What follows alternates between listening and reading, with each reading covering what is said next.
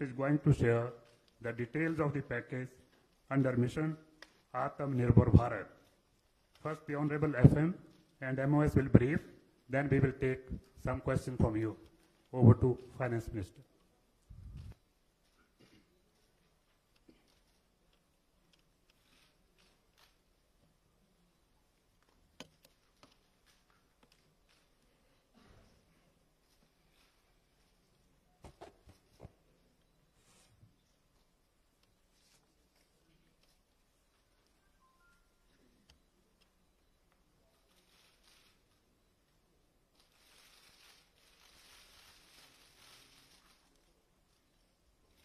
Good afternoon. Can you hear me with my mask or should I remove it? Are you okay? It's better now?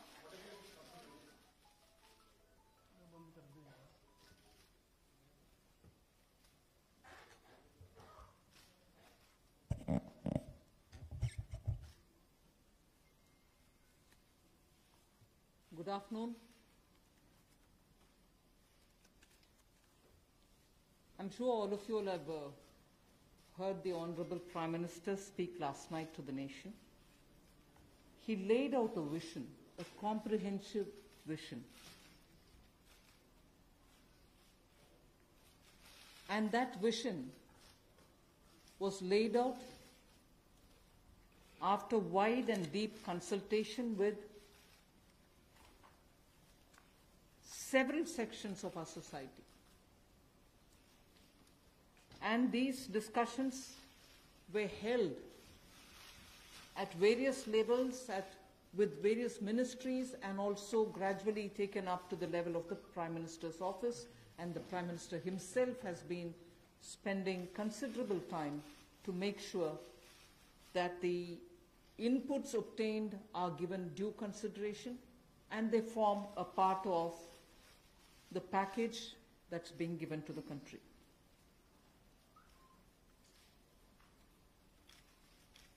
Essentially, this is to spur growth and to build a very self-reliant India. And that's where this whole initiative is called as Atmanirbhar Bharat Abhiyan.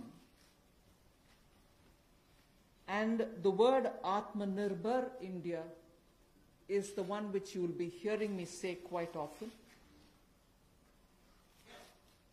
I know, coming from South India, a lot of people wondered what it actually meant. So for their benefit, I'll just say what it means in the 4 languages, subject of course to perfectionist corrections.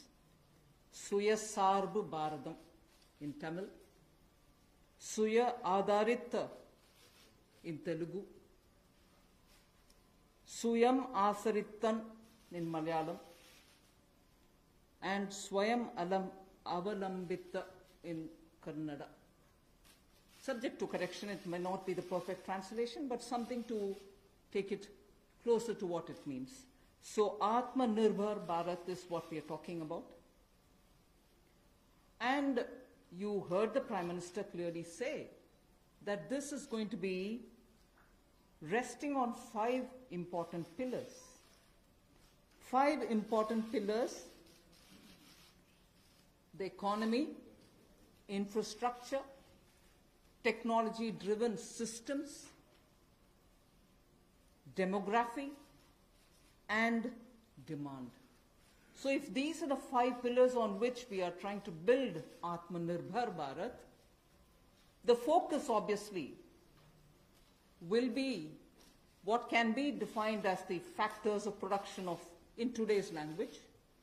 Factors of production, all of us know that we've been hearing it: land, labor, capital, and enterprise. Today, we recast it, say it the same way, but then essentially referring to the very same factors of production, but in this Atmanirbhar Bharat, our focus therefore would be on those factors of production which are land, labor, liquidity, and law.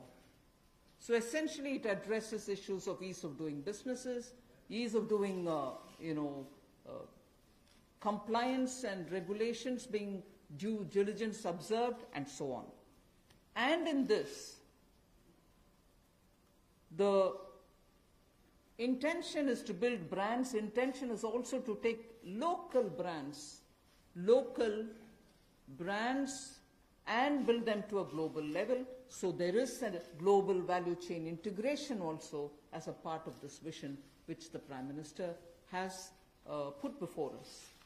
Certainly when he says Atmanirbhar Bharat, it is not to look inwards and cut India to become an isolationist country. It certainly talks about a confident India which can rest on its strengths and also be able to contribute to the globe, the way in which the Prime Minister rightly pointed out. The production of PPE and masks and also ventilators to an extent has rapidly grown within these 40 days. We have the capability, we have the enterprise to build such capabilities and help the world with it. And therefore India shall continue contributing to the globe. You've also been seeing, I'm moving away from Prime Minister's last night's speech, you've been seeing that the government being led by Prime Minister Modi, even in 2014-19 regime, was a listening, was a sensitive, and also was a responding government. And that is why I list before you the various reform-driven steps which have been successfully taken. It's important for us to recall that now. Even as we talk about building a new India, building an India which is going to be Atmanirbhar. If I were to group them into different categories and list out what has been done by this government, even in between 2014 and 19, if you were to talk about the poor, we had the DBT-based reforms, based on which today, as we look at the migrants, look at the poor, look at the lockdown in their lives and the impact it has made in their lives, the DBT enabled us to directly put money into their accounts, and they didn't even have to go to the bank to collect it. The bank mitras were able to come and deliver the money, and therefore that reform based on Jan Dhan accounts, based on Aadhaar, and based on mobile technology has brought a revolution in this country, which many countries do recall now, and many of them are not able to do it, although India is able to do it.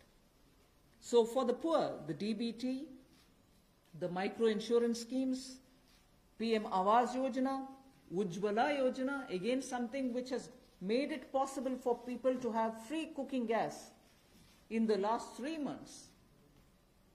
It wouldn't have been possible to reach out to the poor to have their cooking gas given unless the Ujjwala scheme was so successfully implemented. Swachh Bharat Abhiyan and Ayushman Bharat. And therefore for the poor, during the last tenure, the several schemes which benefited were all reform driven. If I were to talk about agriculture in the same spirit, PM Fasal Bima Yojana, PM Kisan Yojana, which again has come off handy, that we were able to front load the money to the Kisan during this lockdown. Otherwise it wouldn't have been possible. Creating new fisheries department, Krishi Sinchai Yojana, were all aimed at bringing reform in agriculture. Similarly, talking of business and also trying to bring in better business environment. PSB cleanups happen, public sector banks cleanup, after a heavy load of phone banking resulting in NPAs. Public sector banks recapitalization, FDI liberalization, ease of doing business reforms, which were taken down to the third level of administration governance, IBC reforms, GST reforms, and today because of the GST reforms, you're able to see what impact lockdown is having on small and medium businesses. And finally, reforms in other areas, very quickly to recall. National Highway Authority, the TOT plans, the airport privatizations, power sector reforms, which resulted in India becoming a power surplus country. from shortages always. 175 gigawatts of solar targets out of 86 gigawatt has already been achieved out of that number. And cleaning up of the coal mine sector. These are all things which I would want to recall here before we talk about what we are offering in the Atmanirbhar Bharat. This is the foundation. This is the credential with which the Prime Minister has always been on the side of reform, reform for better living in this country, ease of living in this country.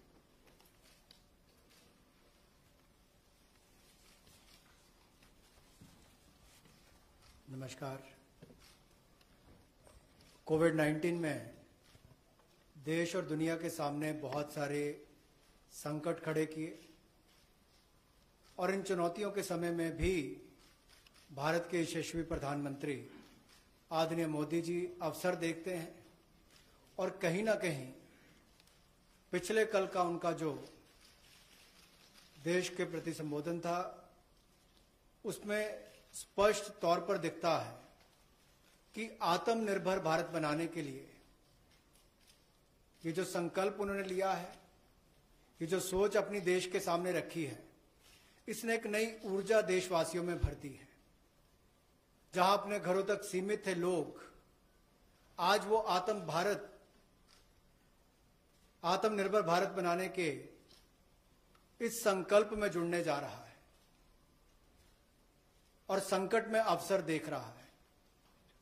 और शायद यही कारण है कि दुनिया के मुकाबले अगर भारत का देखा जाए तो इस लड़ाई में बहुत अच्छे कदम रहे। यहां तक कि दुनिया भर के देशों में दवाइयां तक पहुंचाने का भी संकट के समय में अगर किसी ने काम किया तो भारत की दवाइयों की कंपनियों ने किया, जिसमें भारत को बहुत प्रशंसा भी मिली है। यही नहीं, सबसे पहले कोविड-19 को चलते मोदी सरकार ने जो पहला कदम उठाया वो प्रधानमंत्री गरीब कल्याण योजना के रूप में लेकर आए कि देश के गरीब को भूखा ना रहना पड़े, उसको कोई दुख तकलीफ ना हो। और 1,70,000 करोड़ का ये पैकेज माननीय वित्त मंत्री जी ने आप सबके सामने रखा था। और यही नहीं, कंप्लायंस की कोई दिक्कत ना हो कि आपको कानूनी तौर पर वैधानिक रूप से कोई जो नियमों का पालन कर रहा है उसमें आप रह ना जाएं, तो उसकी भी छूट 3 महीने का मॉरेटोरियम पीरियड आपको दिया गया। फिर आरबीआई के माध्यम से भी घोषणाएं हुई जिसमें लिक्विडिटी का फायदा आप सबको मिला, देश के करोड़ों लोगों को। तो मेरा मानना यह है कि रिफॉर्म्स की जब माननीय प्रधानमंत्री जी बात करते हैं कि आत्मनिर्भर भारत हमने बनाना है, तो उसके 5 स्तंभ की उन्होंने बात की है, 5 पिलर्स की बात की है, जिसके विस्तार में उल्लेख माननीय वित्त मंत्री जी ने किया है। मैं एक बात इसमें और कहना चाहता हूं कि ये जो हम इकोनॉमी की बात करते हैं, अर्थव्यवस्था की बात करते हैं, पहला स्तंभ आधारभूत ढांचा हमारा ऐसा हो जो आधुनिक हो। और यही नहीं, हमारे सिस्टम जो है वो 21वीं शताब्दी में हमें विश्व गुरु बना सकें, उस लायक हम बनाएं। वाइब्रेंट डेमोग्राफी की हम बात करते हैं, युवा शक्ति को हम राष्ट्र शक्ति और राष्ट्र निर्माण के रूप में लगाएं और उनका लाभ उठाएं। और डिमांड को कैसे बढ़ाना है और डिमांड सप्लाई चेन का समन्वय कैसे बना रहे और अर्थव्यवस्था आगे और कैसे बढ़े, इसके इस्तेमाल को करने की भी जरूरत है। बोल्ड रिफॉर्म्स का पूरा लेखा जोखा माननीय वित्त मंत्री जी ने पिछले 6 वर्षों का दिया है। मैं यही कहूंगा, बड़े निर्णय करने के लिए मोदी जी जाने जाते हैं। चाहे वो गुजरात में आए भूकंप के समय वापस कच्छ को खड़े करने की बात हो, या आज के संकट के समय भारत में पीपीई और मास्क के निर्माण की बात हो। और कहीं ना कहीं यही सोच भारत को आत्मनिर्भर भारत बनाने जा रही है। और इस आत्मनिर्भर भारत जो मूवमेंट है, इसमें हम आप सबको जोड़ने आए हैं। 20 लाख करोड़ का ऐतिहासिक पैकेज माननीय मोदी जी ने पिछले कल घोषणा की है और प्रधानमंत्री जी ने हमें निर्देश दिया है कि प्रतिदिन अलग अलग सेक्टर्स को लेकर आप सबके बीच में आकर इसकी विस्तार में हम लोग जानकारी दें। तो माननीय वित्त मंत्री जी आपको अगली जानकारी देंगे कि आज किस सेक्टर को लेकर हम आप सबके बीच में आए हैं, लेकिन बोल्ड रिफॉर्म्स 6 वर्ष भी होती रही, अब भी होगी, जब तक भारत आत्मनिर्भर नहीं हो जाता। उस दिशा में लगातार काम चलता रहेगा। So I broadly explained about the reform steps which were taken during the previous 14 to 19 tenure of this government. And after the 2019 elections, the July budget was presented. Post that, immediately, in this very hall, we met several times, over several fortnights, when we had to respond to the call of the hour, the need which was felt by the SMEs and many others. And all this only to underline the fact that you're speaking with a sensitive, a responsive, and a government which believes in consultation. So then after that, the budget of February 2020 was presented, but soon after came Corona. And after the parliament session was concluded, within hours of the announcement of the lockdown, the PM Garib Kalyan package was announced, about which Amos has briefly referred. The numbers are something which are worth recalling here because we are going to have to build on that. 52,606 crores into DBT account of 41 crore bank account holders, the Jan Dhan account holders. 18,000 crore worth grain and pulse transfers happened, in which 48 lakh metric tons of wheat and rice have been distributed, costing 69 crores, to 69 crore account ration card holders. 71,738 metric tons of pulses have been distributed to 6.25 crore card holders. Aside from this, non-card holders have also been distributed grains. And I mentioned a minute ago about the Ujjwala scheme, which help distribution of free cylinders. Divyang and old age pensioners have all been also given assistance. So after the lockdown, within a couple of hours, meaning within a day or two, we came with that announcement of the Garib Kalyan package. With that, there was also a compliance and also due diligence related deadline dates which were postponed so that ease of compliance could come in. Beginning today, I come over to speaking about today. Beginning today, for the next few days, I shall be coming with this entire team before you to put out the details of the vision which PM has put forth yesterday. So PM's vision for a self-reliant India, we will come with the details in various tranches beginning today, and we shall not forget in each of the tranches that we're talking about that we do have a responsibility towards the poor of this country, towards the needy of the country, towards the migrant workers of this country, the Divyang and the aged. So the tranches will of course be for all our convenience, suitably bringing grouped items which have some correlation. Alongside, you also had the Reserve Bank of India coming up with a lot of liquidity infusion, about which the data which will be shared with you all will go into greater detail about the quantum that they came up with, the LTROs and the TLTROs. I'm not getting into it so that you'll get the data, but we are not going into it. We also ensured, the Revenue Secretary is here, we also ensured that 18,000 crores of refunds through a special drive were given for all the income tax taxpayers.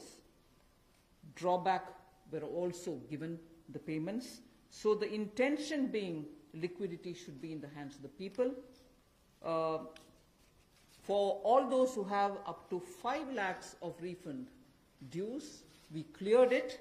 14 lakh taxpayers have benefited because of that. So with that said, today the tranche has about 15 different measures, 6 of which pertain to the micro, small and medium enterprises. कुटीर लघु उद्योग के लिए 6 ऐसे कदम हम उठाएंगे. 2 relate to the Employees Provident Fund. 2 relate to the NBFCs, Housing Finance Corporations, and the MFIs, microfinance institutions. 1 relates to DISCOMs, 1 relates to contractors, 1 relates to real estate, and 3 are tax measures that we have taken. So I'll get into the detail of today's tranche of announcements. I said there are 6 major steps for the MSMEs. The first one, there is a collateral-free automatic loan for MSMEs which is being provided. This will give facility up to 3 lakh crores. 25 crore outstanding for those MSME units for whom 25 crore is the outstanding loan, or 100 crores whose turnover will benefit from this. These loans will have a 4-year tenure, and there will be a moratorium given for 12 months. These are going to be 100% credit guaranteed over as a cover given to banks and NBFCs on principal and interest. So this is going to be available till 31st October 2020. There are no guarantee fees, no fresh collaterals required. So I guess this will benefit 45 lakh units so that they can resume their business activity and also safeguard jobs.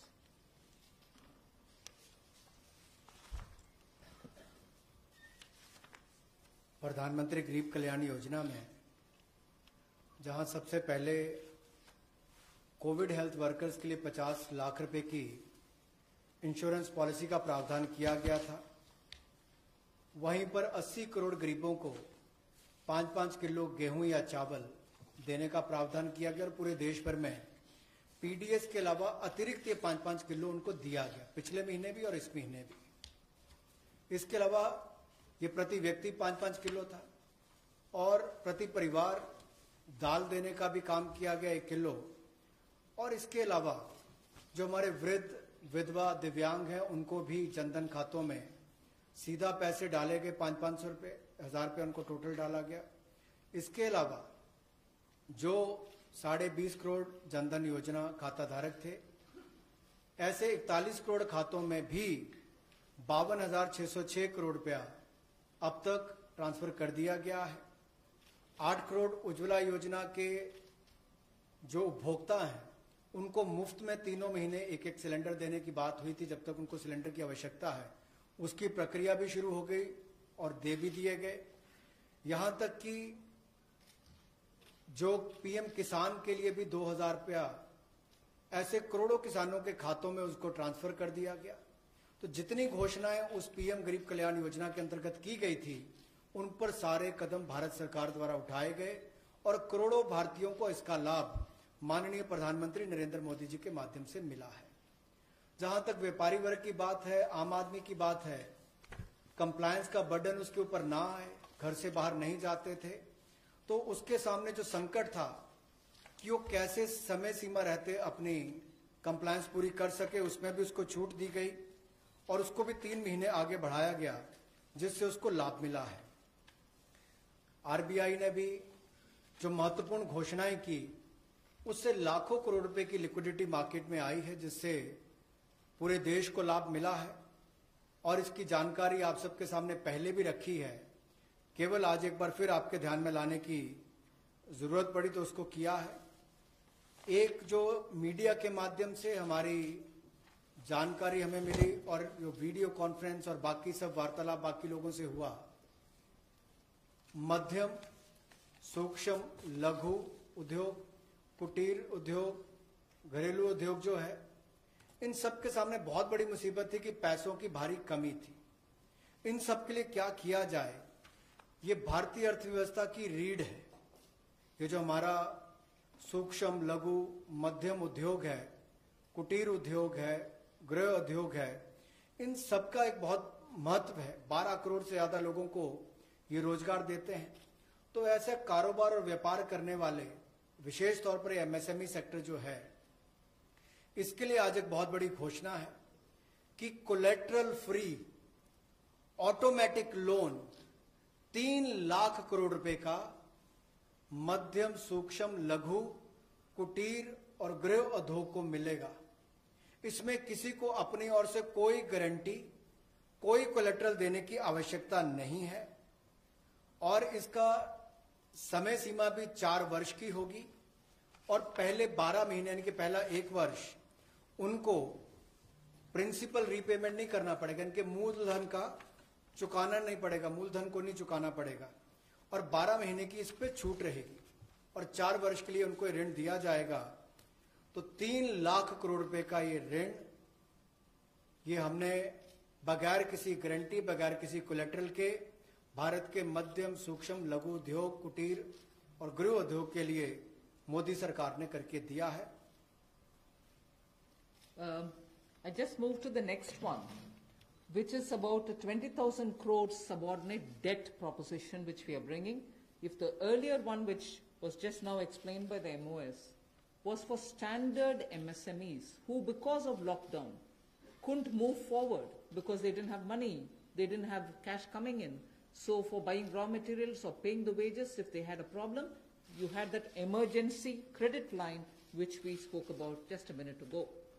Now I come to talking about subordinate debt through which we want to infuse about 20,000 crores. These are meant for stressed MSMEs. So if you're providing for the standard, you're now providing for the stressed MSMEs. Now the stressed MSMEs do have a problem of equity. So for them, through a subordinate debt provision, we want to provide about 20,000 crore liquidity. 2 lakh MSMEs are likely to benefit from this. The functioning of the MSMEs which are NPA or are stressed, all of them will be eligible. For this subordinate debt-based scheme, NPAs or stressed MSMEs will all be eligible for this. The government will be providing about a 4,000 crore as its contribution to the MSE, the Credit Guarantee Trust, and they will be then able to provide the partial credit guarantee support to the banks, as a result of which stressed and NPA MSMEs will immediately benefit. तनाव में जो सूक्ष्म लघु मध्यम उद्योग या कुटीर या गृह उद्योग हैं, उनकी इन परिस्थितियों को देखकर गौण कर्ज या अधीनस्थ ऋण के रूप में 20,000 करोड़ रुपए का प्रावधान इन स्ट्रेस्ड एमएसएमईज के लिए किया गया है, ताकि इनकी जो कमी आती थी उस कमी को दूर किया जा सके। और इसमें भी लगभग 2 लाख से ज्यादा मध्यम लघु सूक्ष्म कुटीर उद्योग को लाभ मिलने वाला है और ये 20,000 करोड़ का गौण ऋण ये तनाव वाली एमएसएमईज को दिया जाएगा। The next of the MSME linked steps that we are taking, this is the third. There is a fund of fund being created for infusing about 50,000 crore as equity into the MSMEs. This will benefit those MSMEs who have the potential and who are viable. So we spoke about those who are standard, we spoke about those who are NPAs and stressed.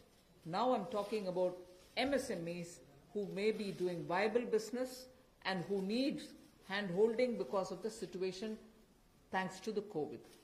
So this fund of fund, with a corpus of 10,000 crores, through mother fund and daughter fund framework, will be able to provide the growth potential MSMEs greater support, and this, we think, will help MSMEs to expand their capacities, and this will also encourage them eventually to get listed in the markets which they can choose.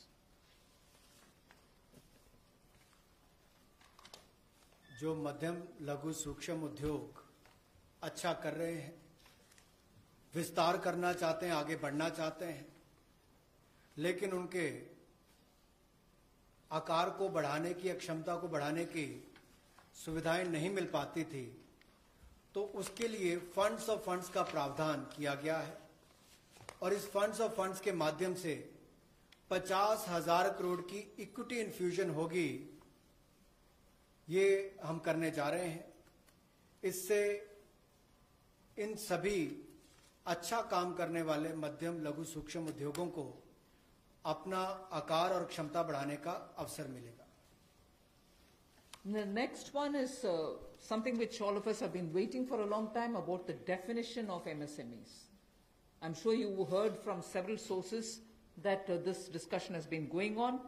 We have now come to a stage where we can happily announce that the definition being changed is being changed in favor of the MSMEs. Because there was always this fear in very successful MSMEs also, that if they outgrow the size of what is defined as an MSME, they'll lose the benefits that they get as an MSME itself. So outgrowing this definition meant outgrowing and going out of receiving benefits. Therefore, MSMEs preferred to remain within the definition rather than grow. Now what we are coming with is a change in the definition of MSME so that they need not worry about growing in size. They will still be able to get quite a lot of benefits which otherwise, as an MSME, they had got. So now how do we change it? I told you why we are changing the definition. How are the changes being brought about? What exactly is the change which is coming in? The change is that investment limit which defined an MSME is being revised upwards. So you can be a slightly more larger invested company, but you're still going to be considered only as an MSME. And then I'll come to the amounts which is shown in the chart there. But the idea is, even with an increased investment, you'll still be defined only as an MSME. You shall not get out of the benefit which is given to you as an MSME. Second is, additional criteria to define an MSME is being brought in. And that criteria is based on turnover. So that is being brought in newly now. Earlier it was only investment size. Now investment size and or additional turnover size is being brought in. And earlier, the distinction which prevailed between manufacturing unit, and therefore their definition was on slightly different account. Service units, their definition was on slightly different criteria. Now that differentiation between manufacturing and service MSME are being removed. Manufacturing MSME or service-based MSME shall all be defined similarly. And then, therefore, the chart that is there before you will tell you what was earlier and what is now. What was earlier defined with an investment of 25 lakh as micro unit will now have investment allowed till 1 crore. So they'll still be called a micro unit even if the investment is up to 1 crore. Now, in that, service investments of 10 lakhs were called as micro earlier. Now, because the distinction is removed, service also will have the benefit of being called a micro unit even if the investment is 1 crore. Over and above it, I did say that in addition to investment as a definitional criteria, we are bringing in the criteria of turnover also. So now your investment can be up to 1 crore and your turnover can be up to 5 crore you shall be called as micro. This or that. Your investment can be 1 crore and your turnover can be 5 crore. Up to 5 crore, you will be micro enterprise.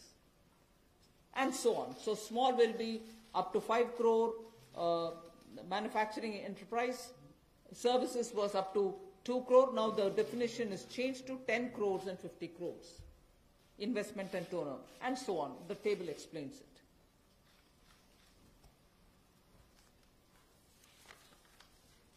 सूक्ष्म लघु मध्यम उद्योग में इसकी परिभाषा में कम दहलीज होने के कारण ये लगातार संकट रहता था कि अगर हम इससे बाहर जाएंगे तो हमें जो हमारे बेनिफिट्स मिलते हैं, लाभ मिलते हैं, उससे हाथ धोना पड़ेगा। और यही कारण था कि हमारे कुटीर सूक्ष्म लघु उद्योग कभी बड़ा बनने का सपना नहीं देखते थे, और सपना देखते भी थे तो ये जो सीमा इसके लिए रखी गई थी, कम दहलीज थी, इसके कारण ये बड़े नहीं हो पाते थे। और कहीं ना कहीं जो आज कंपटीशन है उसमें फिर ये बहुत पीछे रह जाते थे। वर्षों लंबित मांग है, वर्षों से मैं सुनता आ रहा हूं, चौथी बार एमपी बन गया, कब से शुरू हो रही, आज तक वही मांग है। मैं धन्यवादी हूं प्रधानमंत्री मोदी जी ने इस पर यह कदम उठाने के लिए कहा है। और जो पहले क्राइटेरिया था कि मैन्युफैक्चरिंग यूनिट जो है वो 25 लाख से कम इन्वेस्टमेंट की होगी तो माइक्रो में आएगा, और सर्विस एंटरप्राइजेज जो थी वो 10 लाख तक की अगर उसने इन्वेस्टमेंट की होगी तो माइक्रो में आएगा। अब इसमें एक बदलाव किया गया है कि निवेश की लिमिट को तो बढ़ाया गया है, साथ में कारोबार को भी जोड़ा गया कि आपने व्यवसाय या कारोबार कितना उस वर्ष में किया है। तो इसको इन्वेस्टमेंट को बढ़ाकर माइक्रो के लिए 25 लाख से बढ़ाकर 1 करोड़ तक की जो इन्वेस्टमेंट करेगा वो माइक्रो यूनिट कहलाएगा। और ये मैन्युफैक्चरिंग और सर्विसेज दोनों के लिए एक ही क्राइटेरिया रहेगा, तो सर्विस सेक्टर को भी माइक्रो में आने का लाभ मिला है। तो 1 करोड़ से कम निवेश करने वाले को माइक्रो इंडस्ट्री में जो 5 करोड़ तक का व्यापार कारोबार करेगा उसको माइक्रो कहा जाएगा। स्मॉल वाले के लिए 10 करोड़ तक का निवेश और 50 करोड़ तक का कारोबार करने का प्रावधान, और मीडियम जो है उसमें 20 करोड़ तक का निवेश और 100 करोड़ तक की टर्नओवर। तो आप कल्पना कीजिए कि कल तक जो शायद मीडियम वाले के लिए आता था वो आज आपके स्मॉल वाले के लिए भी उससे बेहतर ऑप्शंस आकर खड़ी हो गई। तो इससे हमारे कुटीर सूक्ष्म लघु मध्यम उद्योग को बहुत बल मिलने वाला है। एक और बैंकों का हाथ पकड़ना, पैसा देना, दूसरी तरफ से डेफिनेशन चेंज करके उनके आकार और क्षमता को बढ़ाने का अवसर देना, ये अपने आप में क्रांतिकारी कदम इस दिशा में लिया गया है। I move to the 5th step in the MSMEs. I said total 6 measures have been are getting announced today.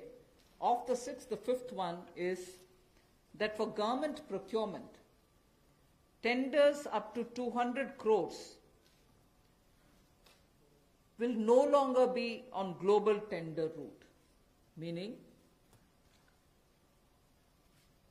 global tenders will be disallowed in government procurement for tenders up to 200 crores. Why is this being done? Majority of the MSMEs in India were unable to supply those big mother units, as you may call, big, large companies, who they were serving all the while. Suddenly the conditions became, based on the global tenders, unmatchable by our MSMEs. So they were disqualified from supplying to companies for whom they actually grew as ancillary units. As a result, many of our MSMEs were not anymore able to participate in supplying products to many of these large units.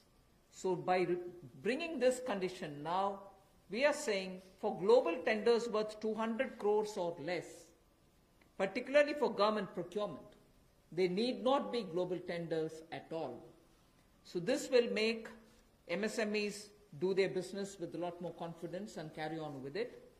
self-reliant India will also then be able to serve Make in India, because small units can now be participant in government purchases.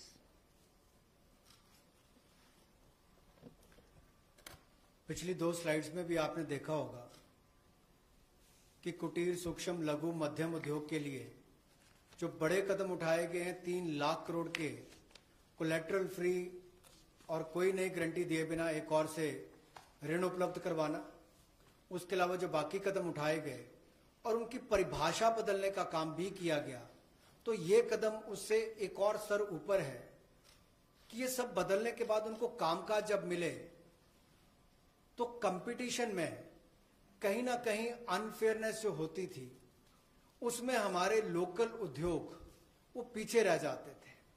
तो local को बल, local से global तक जाने की बात जो कल तक प्रधानमंत्री जी ने कही, उसी दिशा में एक ये कदम है। लोकल के लिए वोकल भी, लोकल को बल भी, लोकल से ग्लोबल भी। तो ये इसीलिए ग्लोबल टेंडर्स जो हैं, ये 200 करोड़ तक से कम वाले जो हैं, इसमें यानी कि 200 करोड़ से कम वाले में ग्लोबल टेंडर्स नहीं होंगे। इसमें हमारे सूक्ष्म, लघु, मध्यम उद्योग को लाभ मिलेगा और कहीं ना कहीं आत्मनिर्भर भारत की जो हम बात करते हैं, उस दिशा में कदम ये भी उठाया गया है। The 6th step towards MSMEs is post-COVID, trade fairs, exhibitions are going to be very difficult. So we shall ensure that e-market linkage is provided across the board for all these MSMEs so that they're able to find their market easily in the absence of being able to participate in trade fairs which cannot be held in this environment. Also, very importantly, Government of India and also CPSEs, where there are receivables by MSMEs, we now announce that within the next 45 days, all their receivables will be cleared. The CPSEs and Government of India will honor every MSME receivable within the next 45 days. इसी तरह से एक बार फिर कुटीर, सूक्ष्म, लघु, मध्यम उद्योग के लिए ये जो चुनौतियां कोविड-19 के समय शुरू हुई कि घरों तक सीमित होना पड़ा और आप कहीं जाकर सामान बेचने में दुविधा आती थी, तो ई मार्केट लिंकेज करने की बात की, क्योंकि ई कॉमर्स का आजकल जमाना भी आया है, वो भी होगा। और इसके अलावा व्यापार मेलों में कैसे वो इन्वॉल्व हो सके, उनका शामिल होना हो, प्रदर्शनियों में उनकी पार्टिसिपेशन हो सके, इसके लिए कदम उठाए जाएंगे। और जो हमारे सार्वजनिक केंद्र उपक्रम है, उसमें जो अगर उनके कोई पेंडिंग पेमेंट्स है, सरकारी है या पीएसयूज में है, उनको भी अगले 45 दिनों में बल देकर वापस उनकी पेमेंट हो, ऐसा प्रयास किया जाएगा ताकि जल्द से जल्द उनकी पेमेंट हो, ताकि उनको राहत मिल सके। I now move to talking about EPF. You were aware during the Pradhan Mantri Garib Kalyan package, some measures were extended for the EPF. In that, we had said units which have 100 workers, 90% of whom are earning less than 15,000 rupees, will be able to draw from their EPF from the funds because they needed money in their hands. We have now, and for the 3 months, the payment of EPF also was given relaxation. What I would now like to say before you is liquidity relief is being given for all EPF establishments. In this, 12% which is paid by the employer and 12% by the employee contribution. We extend the support which Government of India gave for another 3 months. We had given it till for March, April, and May up to May 2020. The payments were made into their eligible accounts by Government of India for March, April, and May. Nearly 3.6 lakh establishments benefited from this. Liquidity relief of 2,500 crores to 72.22 lakh employees is now being proposed to be provided by extending this contribution for the next 3 months also. June, July and August 2020, the EPF contribution will be paid by Government of India, and this shall provide 2,500 crore liquidity support. So what was given earlier for March, April and May is now being extended for another 3 months, which will be June, July and August, and therefore we shall be infusing 2,500 crore liquidity and 72.22 lakh employees will benefit from it. 1,70,000 crore के प्रधानमंत्री गरीब कल्याण package में एक सुविधा दी गई थी कि EPF जो है, प्रोविडेंट फंड जो है, वो 12% जो कर्मचारी उसका भी और जो नौकरी देने वाला उसका भी 12% भारत सरकार देगी। और ये पहले 3 महीनों के लिए हमने किया था, जिसकी भुगतान कर भी दिया गया पहले 2 महीनों के लिए, और इसको अगले 3 महीने और बढ़ा दिया जाएगा। इसका प्रावधान भी जून, जुलाई और अगस्त के लिए कर दिया गया है। 3,67,000 ऐसी संस्थाओं के 72,22,000 ऐसे कर्मचारियों को इसका लाभ मिलेगा।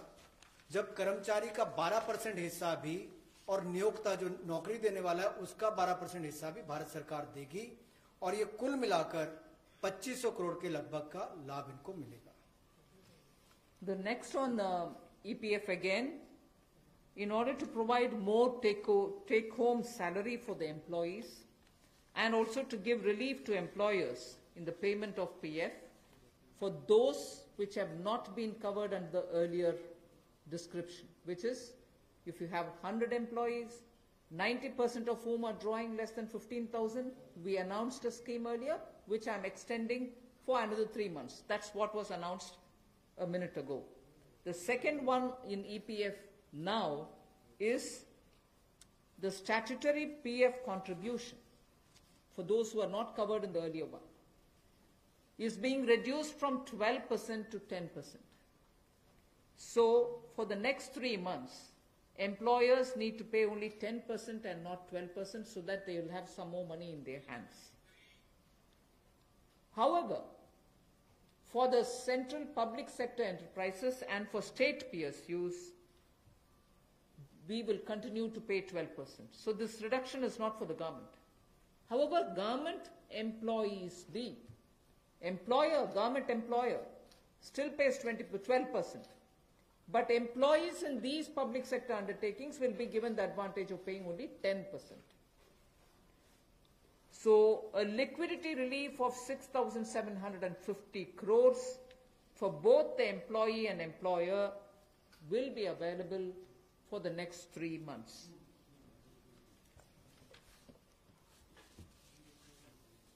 एक और प्रावधान, क्योंकि आज के समय पैसा कर्मचारी के हाथ में भी कैसे ज्यादा हो, इसमें भी एक बड़ी राहत देने का प्रयास इसमें किया है कि जो ईपीएफ कंट्रीब्यूशन है, जिनका ईपीएफ का योगदान है, वो ऐसे संस्थानों के लिए और कर्मचारियों के लिए 12% से कम करके 10% अगले 3 महीनों के लिए किया गया है। इससे कर्मचारी भी और संस्थान दोनों को लाभ मिलेगा।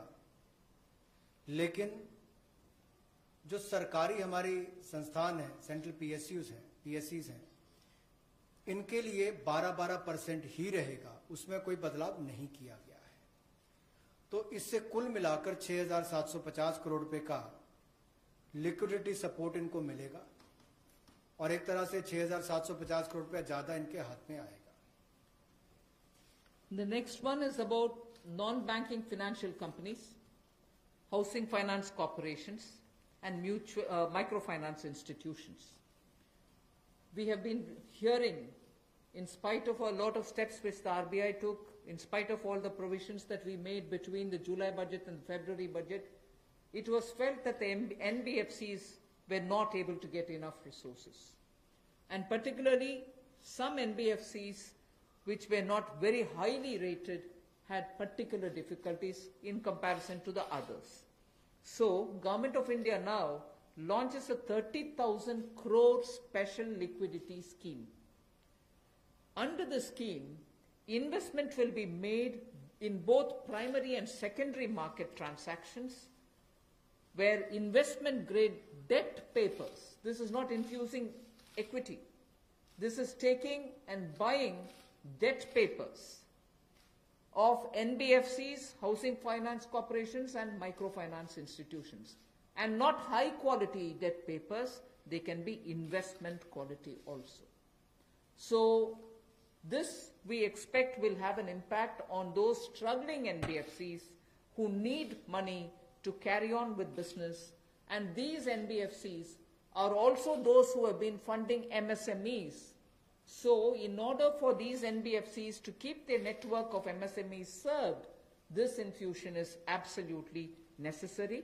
And these securities with which you're going to buy these debt papers will be fully guaranteed by Government of India. They will be fully guaranteed by Government of India. We hope that this will also bring in a lot of difference for NBFCs who have access to small and micro units, and therefore we want to ease the flow of credit through these NBFCs who have only not so good debt papers in their hands. गैर banking वित्तीय कंपनियां NBFCs या फिर हमारे housing finance companies और micro finance institute, इन सब के लिए जो इनके पास लिक्विडिटी की कमी आती थी, धन का अभाव होता था, उसके लिए ये नई योजना लेकर आए हैं जिसमें 30,000 करोड़ रुपए का विशेष तौर पर प्रावधान किया जाएगा। स्पेशल लिक्विडिटी स्कीम ये होगी जिससे इनके धन की आपूर्ति भी होगी और इसके माध्यम से जहां एक और हाउसिंग सेक्टर को बल मिलेगा, एमएसएमई सेक्टर को बल मिलेगा, उसका भी लाभ हमारी अर्थव्यवस्था में और नीचे आम आदमी को पहुंचेगा और इसका पूरी तरह से गारंटी भारत की सरकार देगी। The next facility also for the NBFCs is to give 45,000 crore liquidity infusion through a partial credit guarantee scheme for the NBFCs in particular. This is an existing scheme, but we are expanding its scope. Expanding its scope only because it will now cover borrowings such as primary bond issued, the commercial papers. So all these will constitute the liability side of the balance sheet, but we are getting into that area also. But in this case, as different from the previous one, 20%, the first 20% loss alone will be borne by the guarantor, which is Government of India. The first 20% loss. So in this again, AA rated papers below and also below that will all be included. Even unrated papers will be eligible for investment.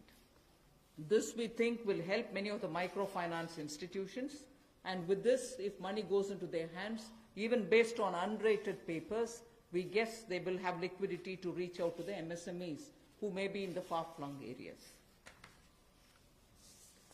जहां पहली 30,000 करोड़ की liquidity guarantee scheme लेकर आए थे, liquidity scheme लेकर आए थे NBFCs के लिए, एचएफसीज और एमएफआईज के लिए, वहीं पर अब आंशिक ऋण गारंटी योजना ये लगभग 45,000 करोड़ रुपए की एनबीएफसीज का इसमें प्रावधान किया गया है। इसमें भारत सरकार गारंटर होगी, जो 20% का नुकसान इसके द्वारा सहन किया जाएगा, वहन किया जाएगा। और यही नहीं, इसमें AA पेपर और इससे भी नीचे वाले जो है उसको भी इसमें पैसा मिल पाएगा। ऋण मिल पाएगा और इसके अलावा जो अनरेटेड पेपर एलिजिबिलिटी है इन्वेस्टमेंट के लिए वो भी इसमें प्रावधान किए गए हैं ताकि ज्यादा इसका स्कोप बढ़ सके, ज्यादा लोगों को इसका लाभ मिल सके और कुल मिलाकर इससे भी नई लैंडिंग जो है यानी कि कर्जा दिया जा सके सूक्ष्म लघु मध्यम उद्योग को और आम नागरिकों को भी मिल सके, उसके लिए इसका प्रावधान किया गया है। I move over to talking about the DISCOMs. DISCOMs today are facing unprecedented cash flow problems. They desperately need help. Otherwise, they are unable to pay the power generating companies. You know, all the states, DISCOMs are in serious crisis. So in order to help them, there is a emergency liquidity injection, which is happening to the extent of 90,000 crores.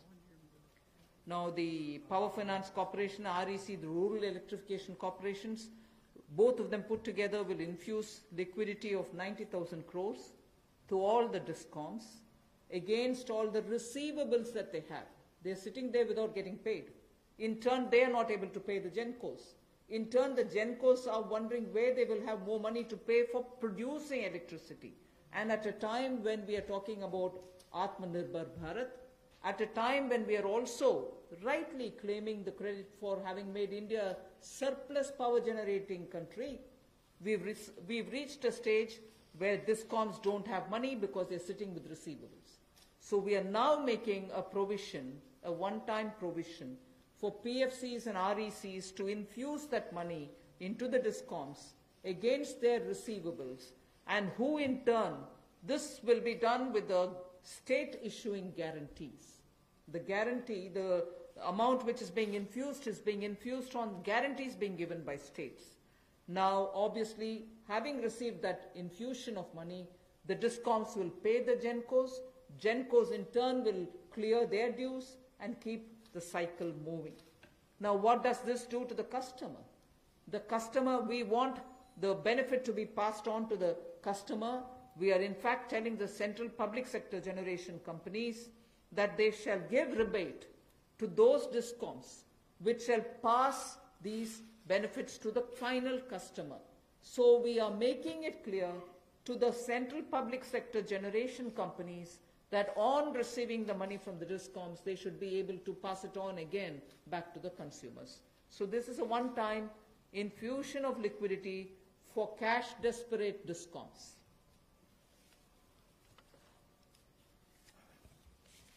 बिजली वितरण कंपनियों की आय में जो भारी कमी आई है और लेनदारी जो इनके कई राज्यों से बढ़ी है, उसके कारण भी ये अभूतपूर्व नकदी प्रवाह की स्थिति इनको देखनी पड़ रही है। इन परिस्थितियों में आम उपभोक्ता को भी नुकसान ना हो, बिजली उत्पादन करने वाले भी और बिजली वितरण करने वाले भी इस अभूतपूर्व समस्या में कहीं उलझकर ना रह जाएं, इसके लिए 90,000 करोड़ रुपए का प्रावधान डिस्कॉम्स के लिए किया गया है, बिजली वितरण कंपनियों के लिए किया गया है।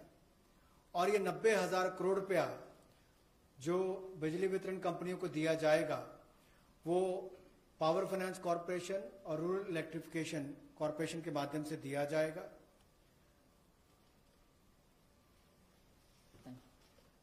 I move to the next, which deals with contractors. All Government of India agencies, such as the railways, road transport, highways, CPW, etc., will now give 6 months extension without any cost to the contractors, so that extension should cover construction work or goods and services contracts that they have with central government agencies. They can take additional 6 months to comply with the contract conditions.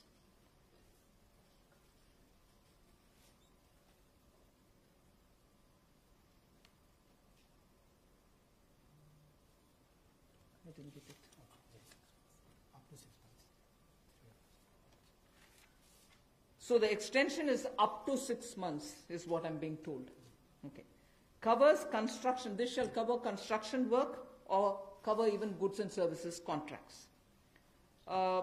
It will also cover completion of works and intermediate milestones that they may have. This will also cover and extend concessional period which is given in PPP contracts. So even the concessional periods will get extended up to 6 months. And in order to facilitate greater liquidity which they can obtain, government agencies will partially release bank guarantees to the extent of the partially completed contracts. So if a particular contract is completed to some extent and not fully, to that some extent, the partial bank guarantee will also be released so that the cash flow will improve. जहां एक और पहले 200 करोड़ तक के tenders global नहीं होंगे, एक वो राहत दी गई। अब उसके बाद जो अभी काम हमारे कॉन्ट्रैक्टर्स कर रहे हैं देश भर में, चाहे वो रेलवेज का हो, सड़कों का हो, हाईवेज का हो, सेंट्रल पब्लिक वर्क्स का हो, अलग अलग डिपार्टमेंट्स के हों, क्योंकि कोविड के कारण ये समस्या खड़ी हुई, तब उनको 3 महीने से ज्यादा 6 महीने तक की राहत इसमें दी जा सकती है एक्सटेंशन के रूप में, ताकि उनको कोई खामियाजा ना भुगतना पड़े। और जो ऑब्लिगेशंस थी उनकी, उसके कारण दिक्कत आ सकती थी, इसलिए प्रावधान किया गया है ताकि मुकदमेबाजी या बाकी सब ना हो और मानसिक रूप से भी ठीक रहे और अच्छा काम करके समय पर पूरा कर सकें। तो 6 महीने तक की इनको राहत दी गई।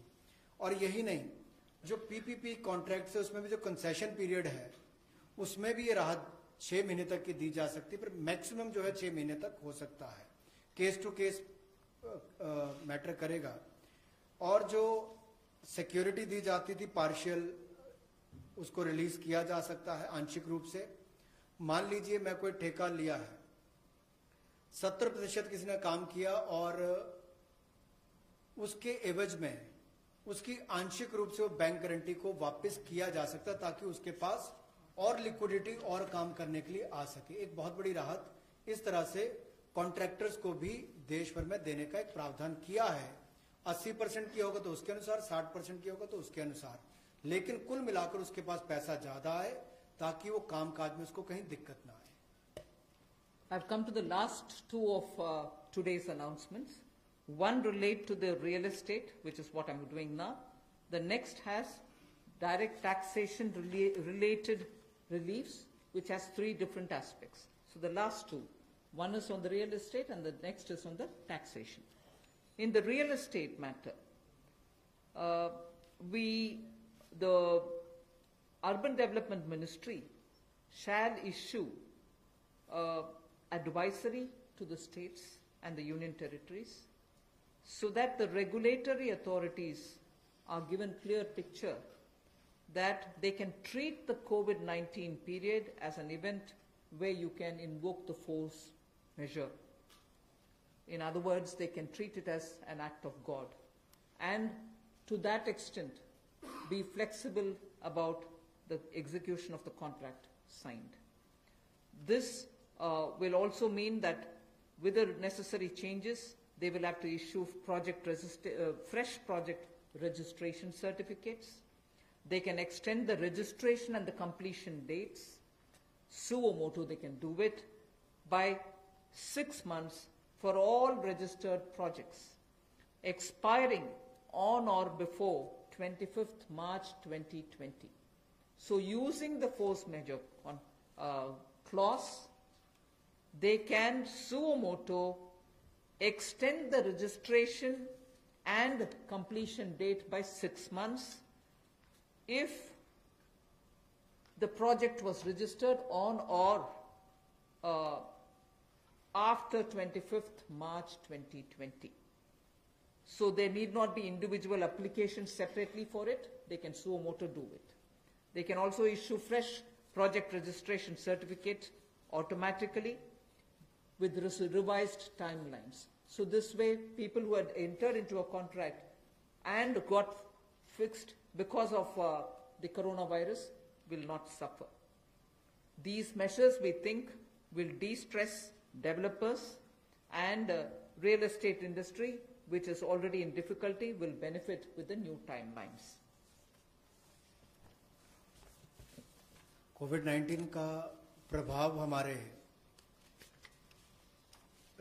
रियल एस्टेट प्रोजेक्ट्स पर भी पड़ा होगा और इसके लिए ही Ministry of Housing and Urban Development ये राज्य की सरकारों को और यूटीज को एडवाइस भी करेगी कि उनकी जो रेगुलेटरी अथॉरिटीज हैं वो एक प्रावधान करें कि जो रजिस्ट्रेशन और कंप्लीशन डेट है उसको सुओ मोटो 6 महीने तक आगे बढ़ा दिया जाए और इसकी जो 25 मार्च तक जो एक्सपायरी डेट थी यानी कि उसको 6 महीने तक आगे बढ़ा दिया जाए और इसमें कोई इंडिविजुअल एप्लीकेशंस मंगवाने की आवश्यकता नहीं है।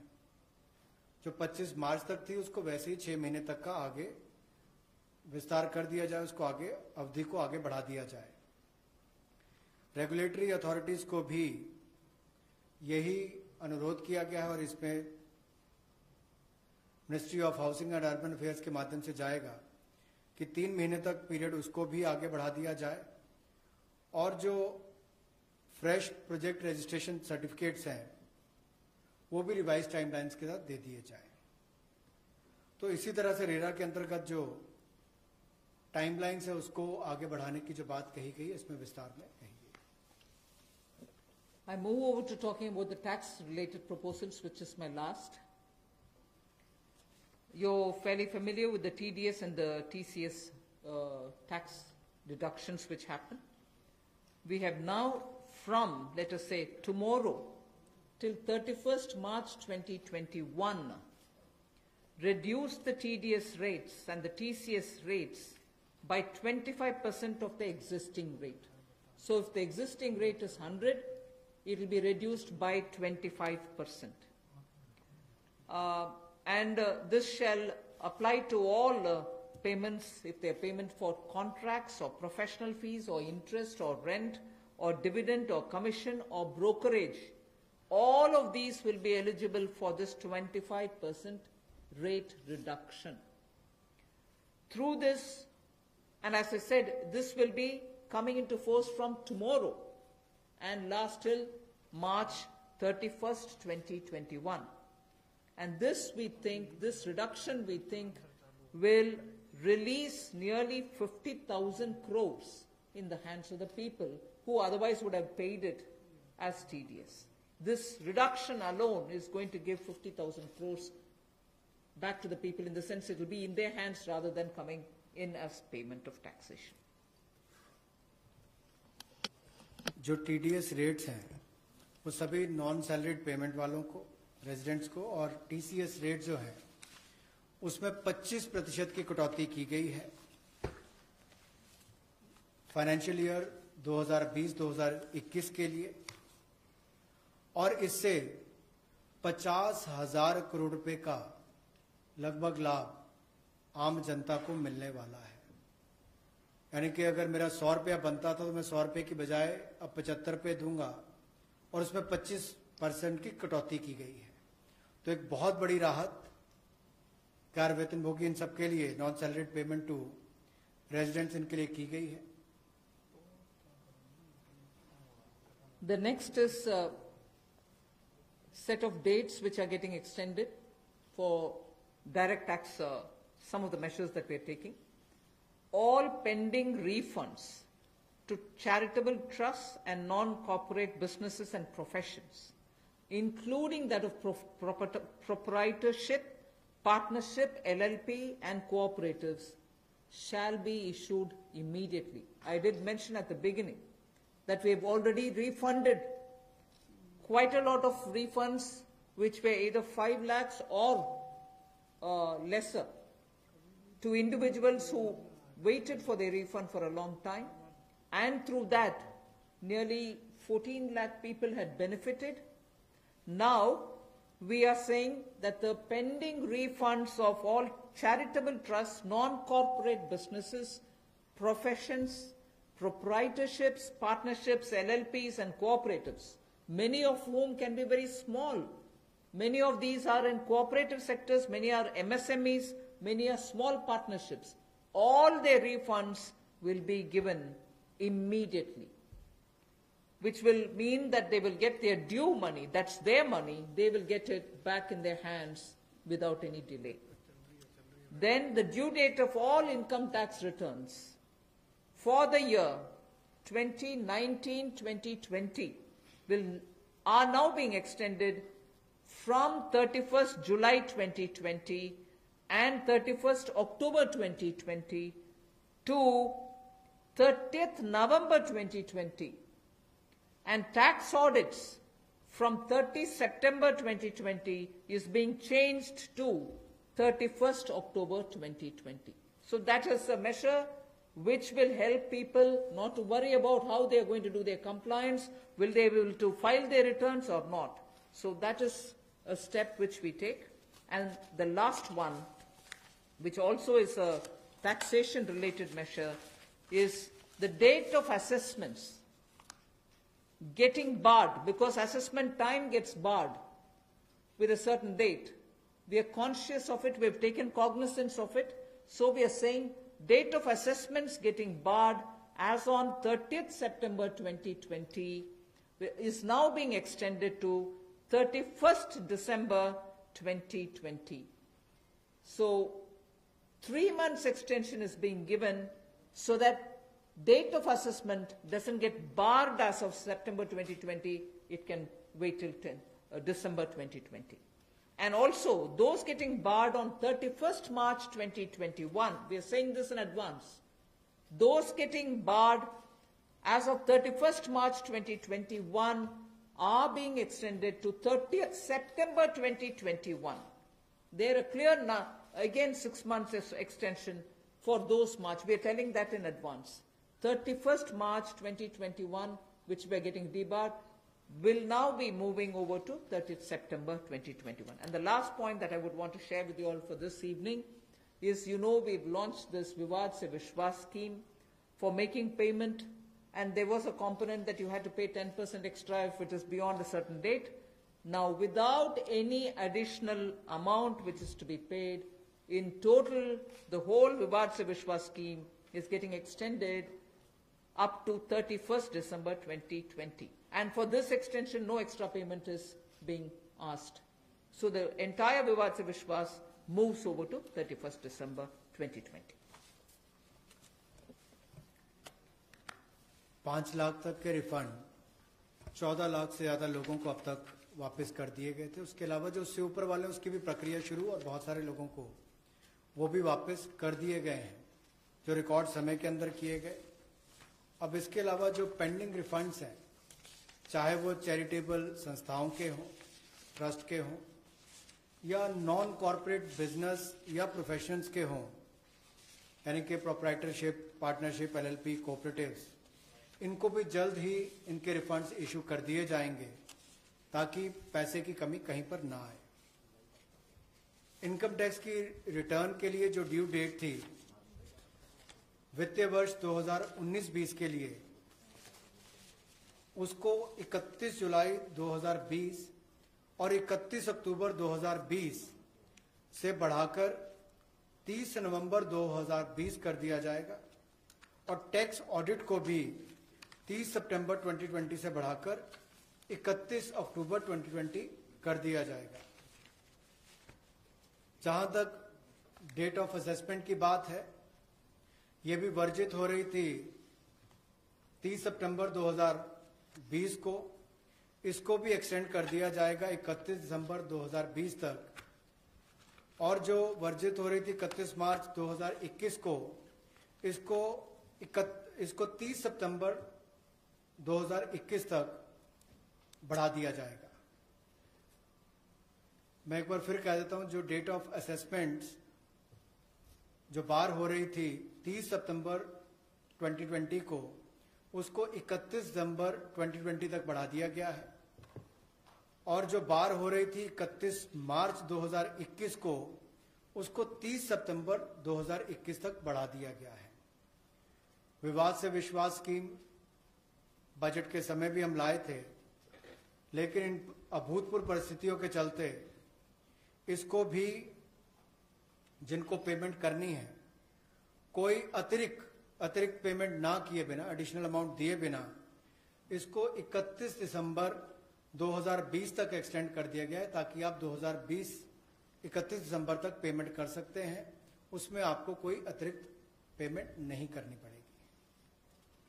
मैं धन्यवाद करना चाहूँगा फाइनेंस मिनिस्टर का, MOS फाइनेंस का, for detailed briefing to all of us on these particular subjects. Madam, with your permission, 2 questions we are going to take online and 4 questions we can take from the hall here. So first I take the question online. How does the government plan to finance rupees 20 lakh crore stimulus? Maybe this is a question I should answer after I finish all my announcements on the various tranches. But government has also given a slightly altered schedule, the borrowing schedule. So that is one of the ways, that is, I repeat, that is one of the ways in which we are also expecting to finance. But the other details about how exactly are we going to get financing this will be probably more appropriately answered after we finish announcing all the tranches. Number 14.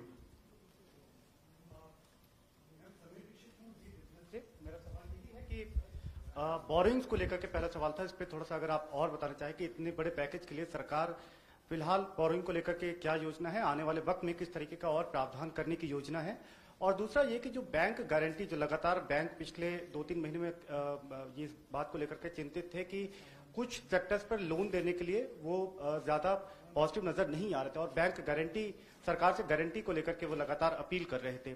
ऐसे में आपको लगता है कि इस बड़े package के बाद में बैंक की तरफ से लोन देने की शुरुआत हो पाएगी और लिक्विडिटी फ्लो की जो कोशिश है उसको कामयाबी मिलेगी? मैं आपके सेकंड क्वेश्चन को जवाब दे देती हूँ, बट फर्स्ट क्वेश्चन अब शायद दोबारा बोलना पड़ेगा, मैं ध्यान से शायद सुने नहीं। सेकंड क्वेश्चन के लिए मैं जवाब ये दे रही हूँ कि ये गारंटी का विषय जो आपने उठा रहे हैं कि बैंक से भी मांग था, उसके लिए तो आज गारंटी का विषय भी हमने घोषणा कर चुके हैं।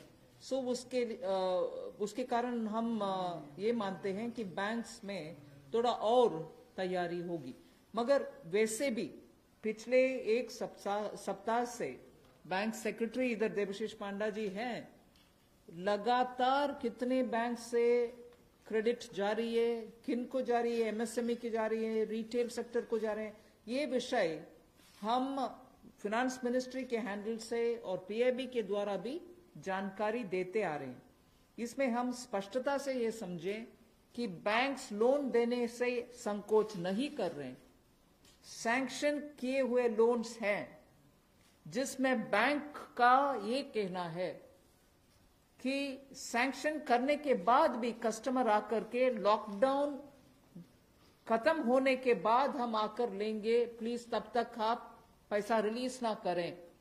ऐसे रिक्वेस्ट कस्टमर रख रहे हैं बैंक के सामने। मैं ये नहीं कह रही हूं सभी कस्टमर्स ऐसे बोल रहे हैं, मगर ज्यादातर कस्टमर्स ये बोलने की वजह से सैंक्शनड लोन का विवरण हम दे रहे हैं हर 2 दिन के एक बार, फिर भी वो अमाउंट रिलीज क्यों नहीं होता। और ये भी प्रश्न उठते हैं कि क्यों बैंक्स रिवर्स रिपो में, रिजर्व बैंक में लगातार पैसा डाल करके आ रहे। कारण यही है कि सैंक्शन करने के बाद भी क्लाइंट्स उनके अपने चॉइस पर कह रहे हैं कि लॉकडाउन निकालने के बाद, हटने के बाद हम पैसा रिलीज करवाएंगे आपसे। सो ये भी है विषय, हम इसका पूरे हर पहलू अंडरस्टैंड करने का आवश्यकता है। Your first question? That's all right. That's covered. Number 12. I'm Sapna here. Very good afternoon. Ma'am, 2 questions. A lot of queries are coming from various quarters that after the announcement of the additional borrowing by the government last Friday of 4.2 lakh crore approx, how much is of that's going to be taken care in terms of meeting the revenue gap, ma'am, and the stimulus which you've just mentioned. And ma'am, in today's announcements, would you be able to give us any indication as to what would be the cash outgo by the government? I think your first question is largely addressed already about where are we going to get the money from, and is the debt market going to be able to, receive the announcement that's been made by the government last Friday? Yes, you're seeing how the market is responding, and that's no secret. It's not something anyone can hide. It's public domain information. I have broadly indicated the amounts. But in any case, end of the all the announcements, 405 announcements, you'll get to know. And in any case, the Honorable Prime Minister has clearly said what is the total size of the stimulus package. Ma'am, related question online hai. Does the package announced by the Prime Minister yesterday is a standalone one, or it is inclusive of earlier package of 1.7 lakh crore and the other security items, 65 lakh crore liquidity measures announced by the RBI? Does this all? As I said, whoever has asked that question online can wait till all the announcements are made. Number 9. Ma'am Monika ji business ma'am MSME sector में पहले से ही बहुत ज्यादा liquidity crunch था और UK Sinha committee ने ये सारी रिकमेंडेशंस पहले से ही दे दी थी, तो इतना समय क्यों लग गया? क्या हम लॉकडाउन का इंतजार कर रहे थे? और दूसरा ये कि अप्रैल के जीएसटी नंबर्स अभी तक नहीं आए हैं, तो एमएसएमई सेक्टर से काफी कंप्लेंट्स आ रही हैं और वो काफी रिक्वेस्ट कर रहे हैं कि एक जीएसटी एमनेस्टी स्कीम उनके लिए आ जाए, तो क्या हम उसकी आशा कर सकते हैं? एमएसएमई के लिए अभी इतनी सारी घोषणा, पता नहीं मुझे क्यों आप उसको लॉकडाउन के लिए हम कौन इंतजार करते हैं जी लॉकडाउन के लिए? आप क्षमा कीजिए, मुझे कैसे उसका जवाब देना है पता नहीं चल रही है।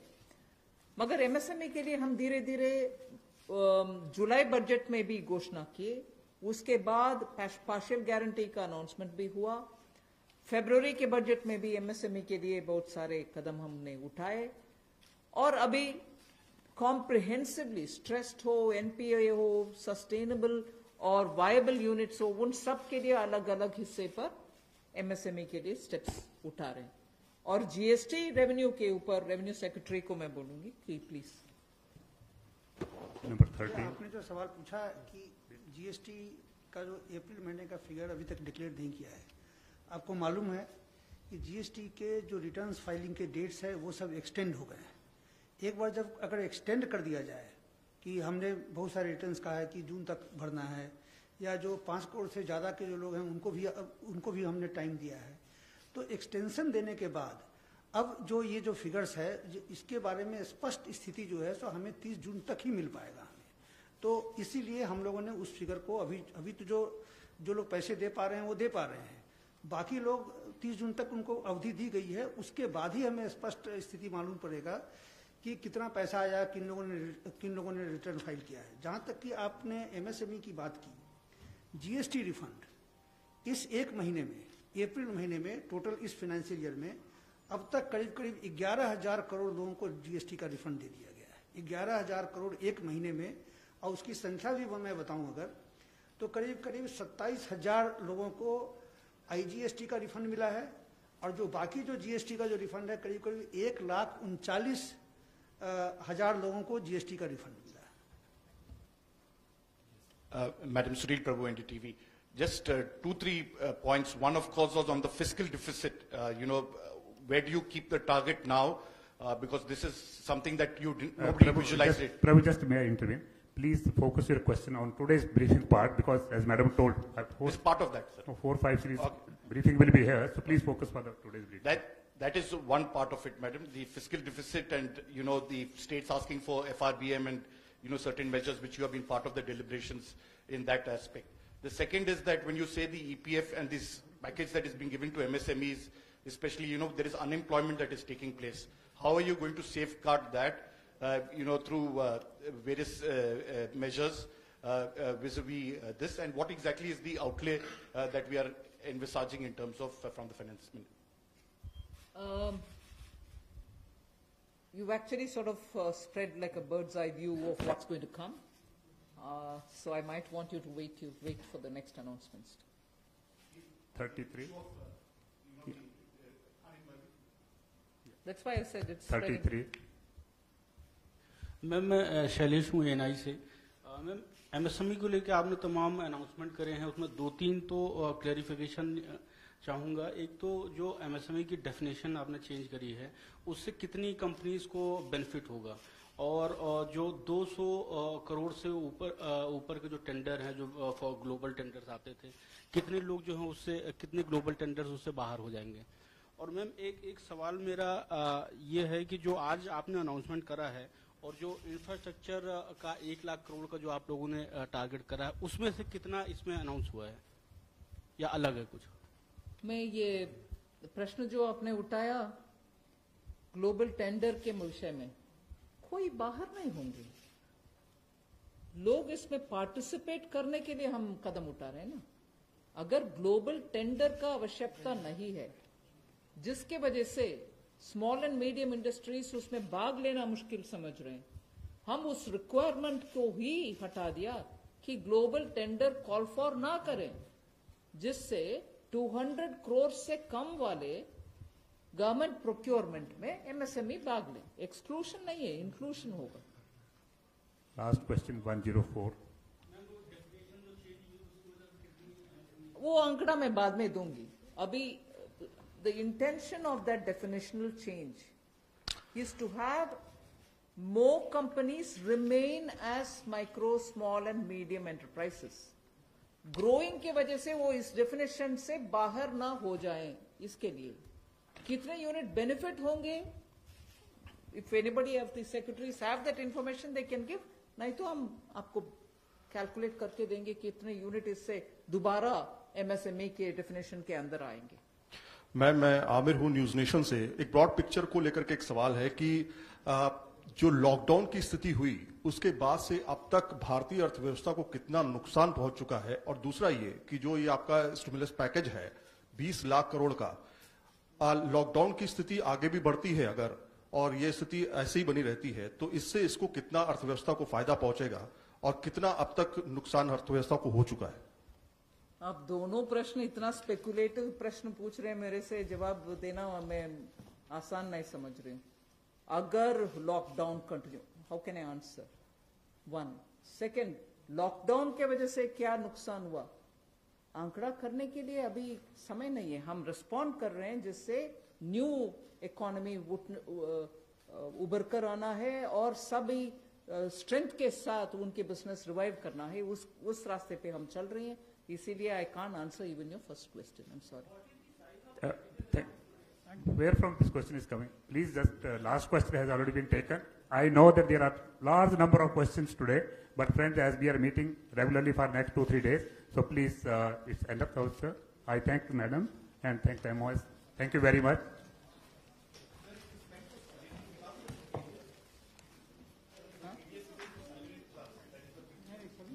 No, everybody, regular salary वाले भी, non-regular salary वाले भी. It's not.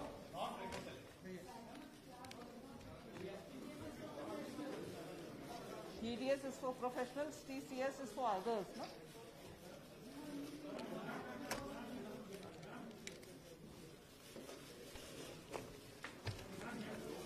Thank you.